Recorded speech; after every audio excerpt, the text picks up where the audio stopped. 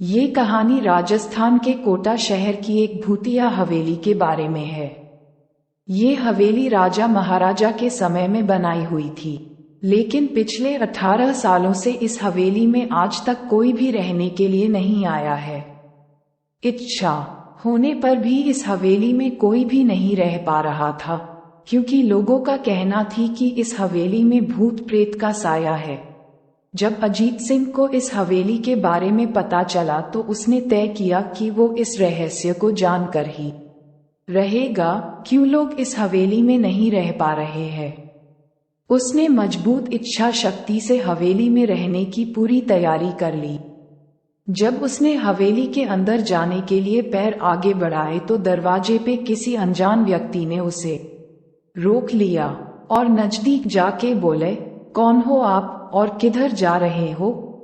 अजित सिंह ने जवाब देने के बजाय उसने सामने सवाल किया, जी आप कौन? मेरा नाम अर्जुन सिंह है और मैं यही पास में ही रहता हूँ। अजित सिंह ने कहा, ओह अच्छा, मैंने सुना है कि यह एक भूतिया हवेली है और यहाँ कोई नहीं आ पाता है, इसलिए मैं इस हवेली में एक दिन रुकने का फैसला किया है।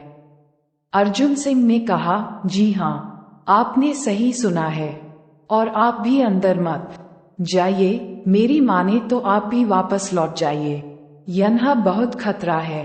ये सुनकर अजीत सिंह खुश हो गया, जैसे उन्हें कोई लॉटरी लग गई हो। अर्जुन ने उसकी खुशी को देखकर बोला, आप क्यों खुश हो रहे हो? आपको तो भूत का नाम सुनकर डर लगना चाहिए। शायद आपको पता नहीं होगा कि मैं भूत प्रेत में काफी दिलचस्पी रखता हूँ।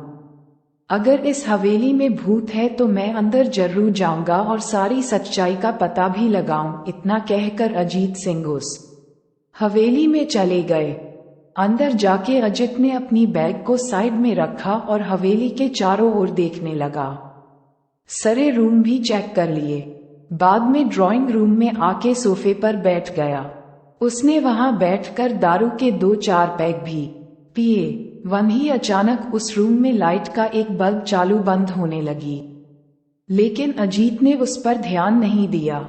थोड़ी देर बाद दूसरा बल्ब चालू बंद होने लगा, फिर तो हवेली की सारी लाइट चालू बंद होने लगी। ये सब देखकर अजीत अपनी जगह पे खड़ा हो गया और संपूर्ण सावचेत हो गया। अचानक उसके सामने एक छोटा टेबल हवा में उड़ने लगा। करीबन 6 फुट हवा में ऊपर जाके गोल गोल घूमने लगा और बाद में अजीत की ओर तेजी से आने लगा।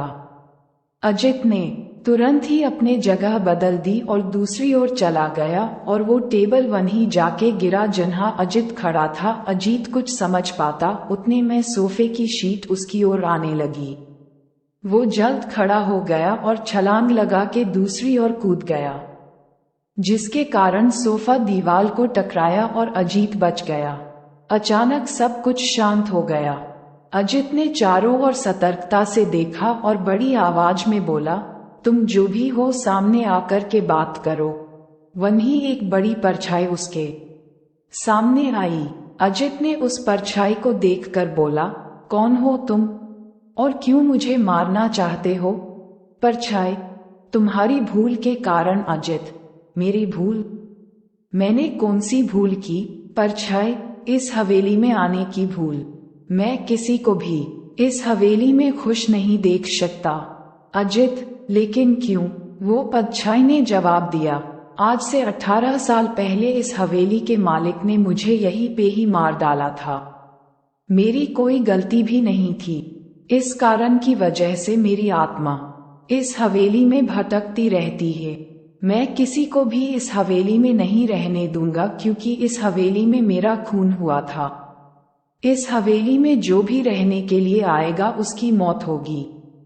अजित ने कहा, मैं तुम्हें अपने असली रूप में देखना चाहता हूँ। तुम्हें मारने से पहले मैं तेरी यह इच्छा अवश्य पूरी करूंगा। और उस परछाई ने एक भयानक दरमियाना रूप ले लिया। उसका चेहरा इतना भयानक था कि अजीत भी एक क्षण के लिए डर गया था, लेकिन दूसरी ही क्षण में उसने अपने आप पर काबू पा लिया। बाद में इसने अपनी जेब में से सफेद पावडर निकाला और उस भूत के पर फेंक दिया। भूत के पर पावडर पड़ते ही वो जलने लग गया। बड़ी बड़ी ज्वालाएं उठने लगी। वो बहुत जोर से चिल्लाने लगा और बाद में पूरी तरह से जल गया। उसके बाद अजीत ने चैन से सांस लिया और वहीं पर सो गया। दूसरे दिन सुबह जब अजीत को सही सलामत हवेली से बाहर आते देख अर्जुन को आश्चर्य हुआ। अर्जुन ने अजीत से पूछा, तुम कैसे जिंदा हो? जब अजीत ने अर्जुन को कल रात को घटी घटना को पूरी तरह से बताया और बोला, अब ये हवेली भूतिया हवेली नहीं रही। विस्मयादिबोधक चिन्ह।